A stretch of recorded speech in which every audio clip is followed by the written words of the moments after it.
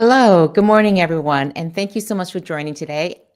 I'm Charlene Lee, and today I'm going to be talking about how to customize your ChatGPT experience. So, if you could share where you're coming from today, but also share if you've been able to use custom instructions or set up your own GPT or even have your own private GPT or large learning language model and just share what your experiences have been with these. Have you used them? Have you found them to be helpful? And I'll go into some of the details today. And just so you know, I will have these slides available. I have lots of slides today to show you some examples. And you can get them all at my site, charlinglee.com/custom-gpts with an S. All right. So why do these things? Why use GPT? So let me get to the right slides. And this is not the right slide.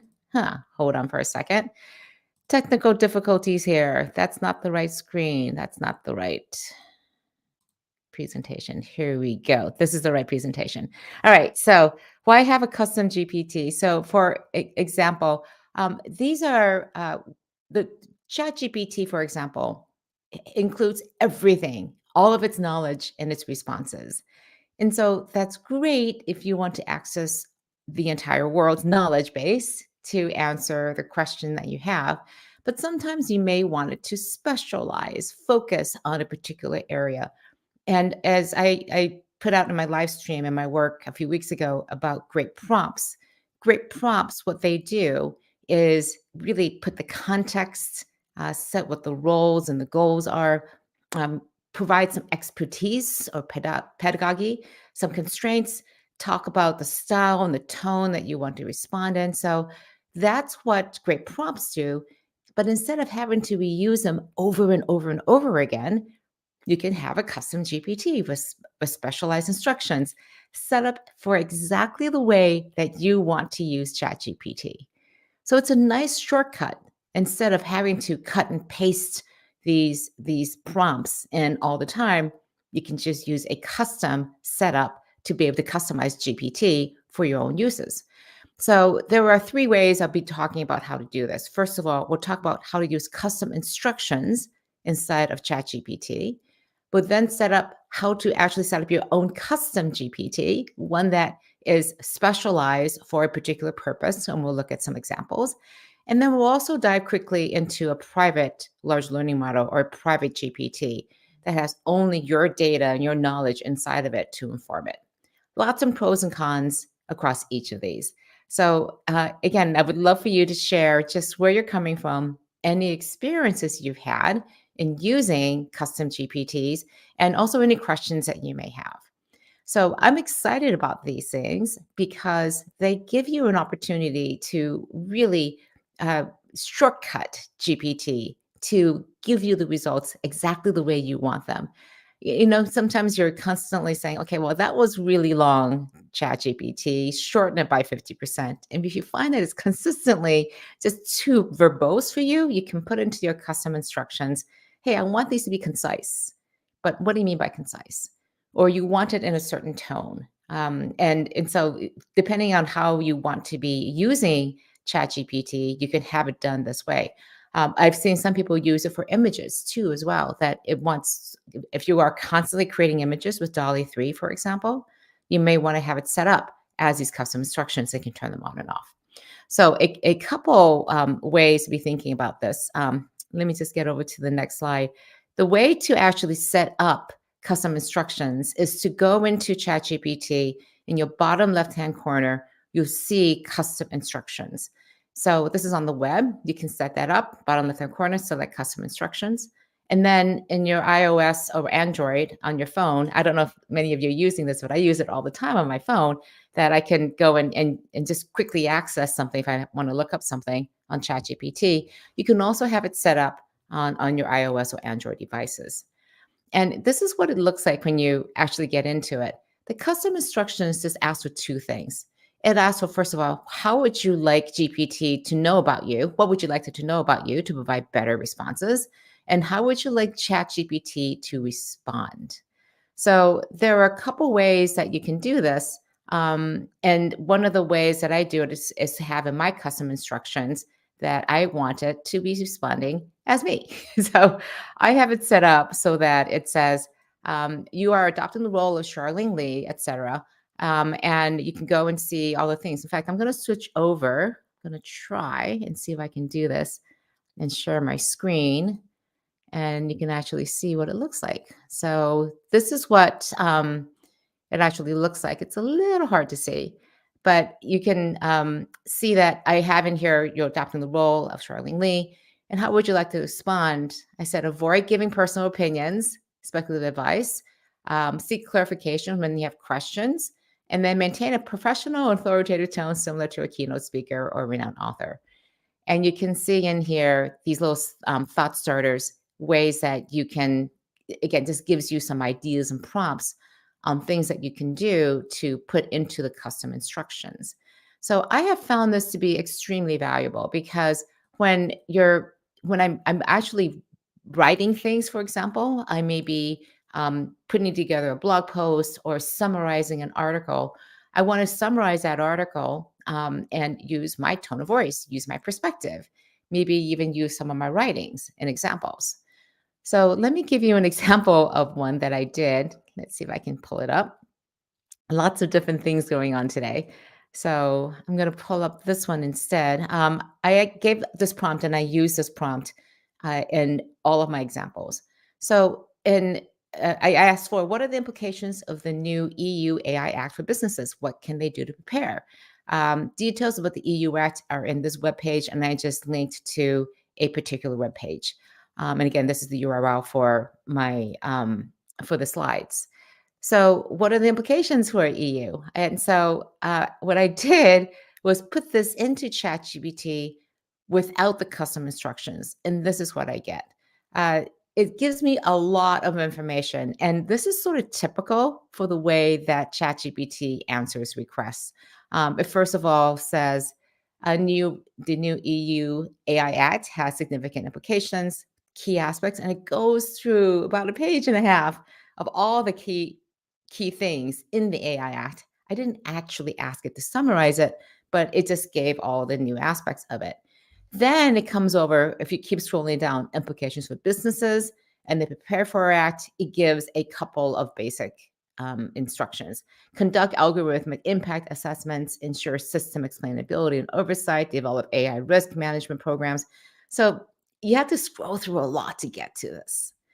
Now, what I did was then turn on my custom instructions. And let me just go back over to this area here. And let me just hide this banner. And you can see at the very bottom, it says enable for new chats. So I go in and actually turn on these instructions. And then let's see what actually happens with instructions enabled. So these are the instructions, these are the results of that same query. What does the EU Act mean for businesses? How can they prepare? And so you can see it talks about it's much shorter because I asked it to be concise, to be thorough. And then it goes through and says, here are the compliance requirements, et cetera. It gives a quick summary of the 5 top things. And then to prepare, give some really short things, conduct internal reviews, engage with legal and compliance experts, understand specific implications, invest in AI literacy, develop or refine AI ethics, and stay informed about evolving regulatory changes. So this is a much better result given what I want and how I want to think about the world. It's going to summarize this in a much more concise way that I can then actually use it for whatever it is that I want this article summarized for. So it's a nice little way to just put a little bit of the instructions into the custom instructions each time I use it. Now, the hard part is I may not always want it to be acting as me. So I have to remember whether I have custom instructions on or not. And that can be sometimes challenging because it's hidden. There's nothing in ChatGPT that would tell me that things aren't necessarily there. So if I go over to back into my screen and I just go to ChatGPT, I'm just sitting here looking at my ChatGPT. I have no idea that my instructions are set up or not. So I literally have to go in, look up my custom instructions, see if it's on or not, turn it on or off, and save it. So I'm going to leave it on for now. And that this can be somewhat difficult to manage. So this was announced, I believe, in like June or July, but sometime over the summer by ChatGPT.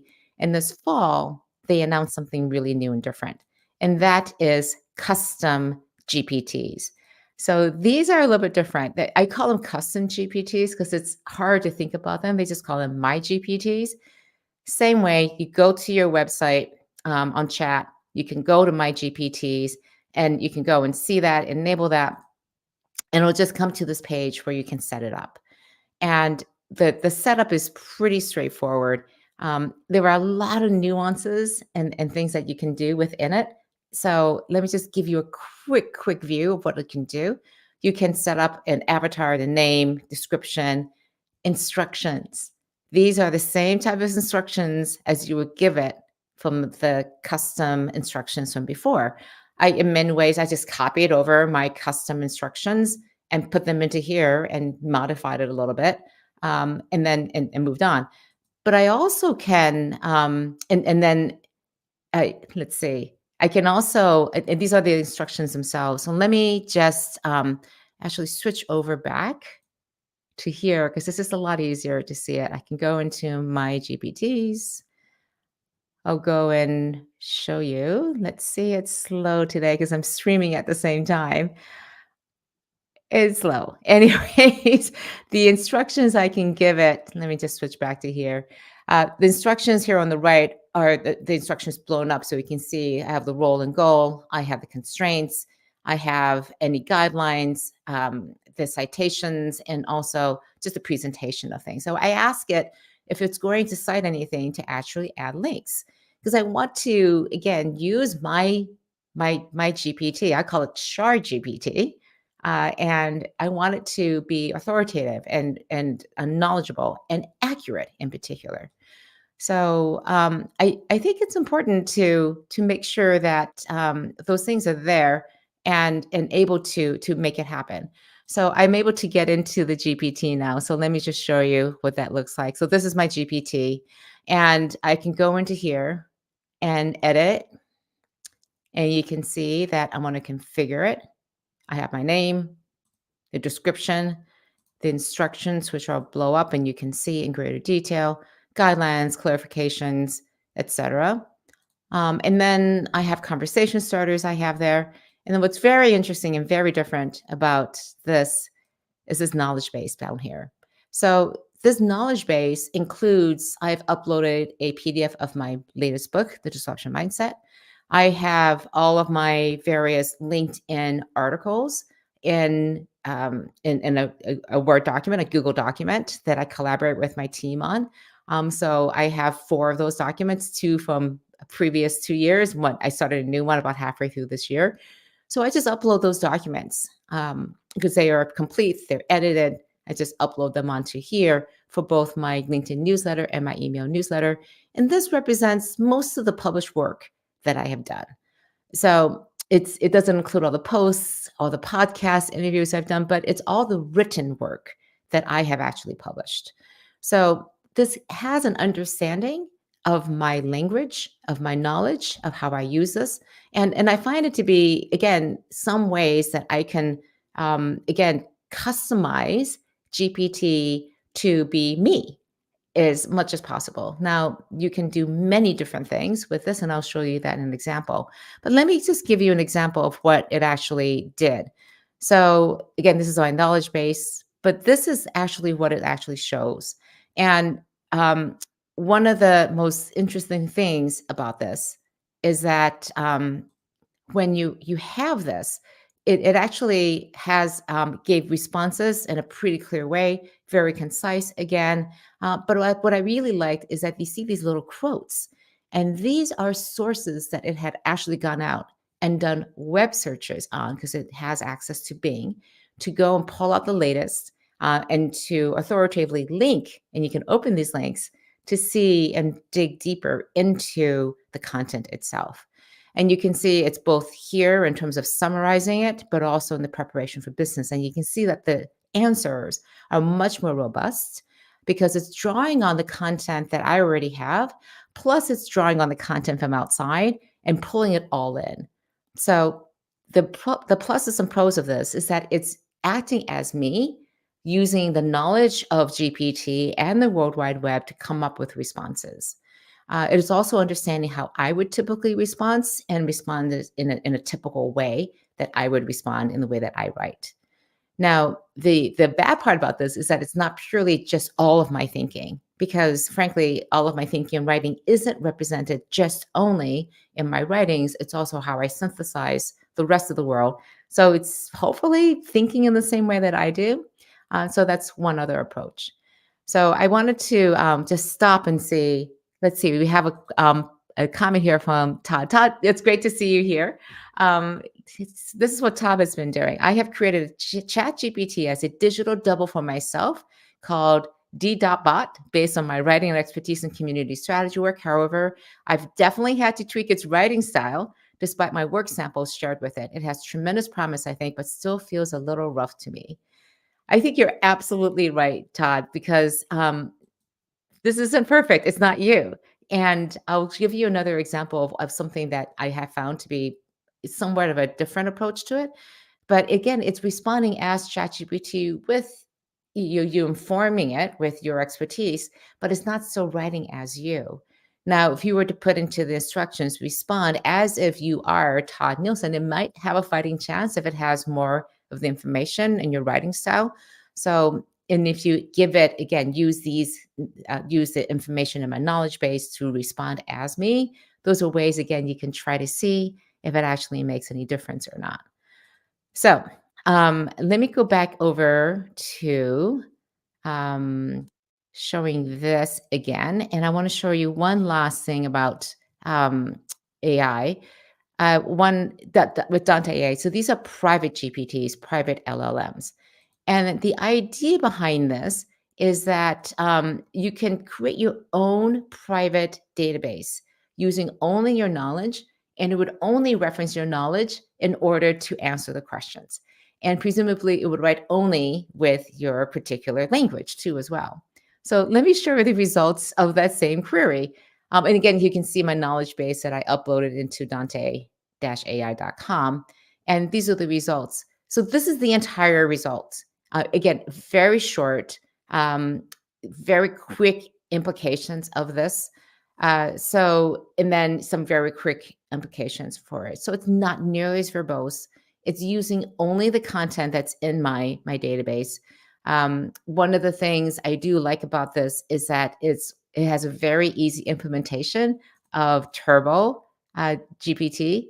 So GPT Turbo, so I can put in a lot of content and information if I want to.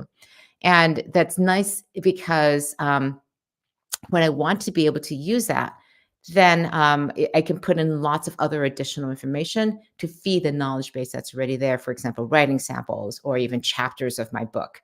One of the ways I've used this private GPT, I've also created one that has just only the book interview transcripts of all I've done. So I can go and query the transcripts using an AI, but I know it's in a completely different segment, completely private, not being used externally because there's some really confidential information in there.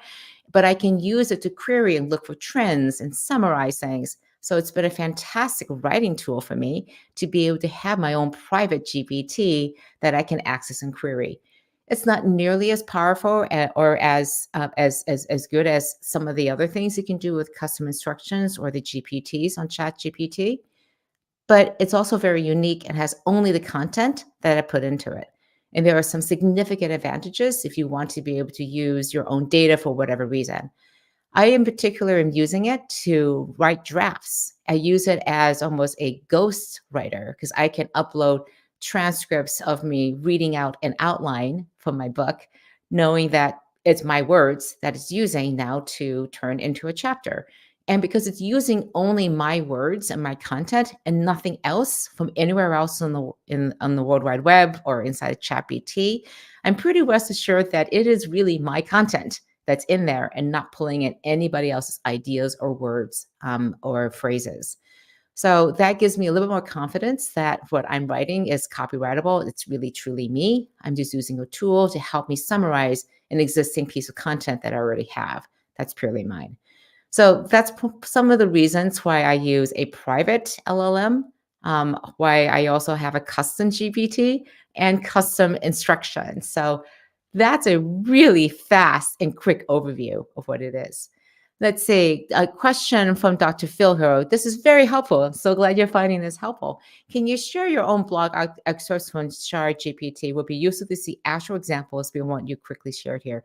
I'm happy to. I actually don't write from CharGPT, the custom GPT from there. I will write from my other excerpts. I'm not currently using it to write blog posts, but I will be sharing inside of the book which parts of the book were actually written with the CharGPT private instance on Dante, because we're being very transparent about where and when we're using generative AI to actually create the book.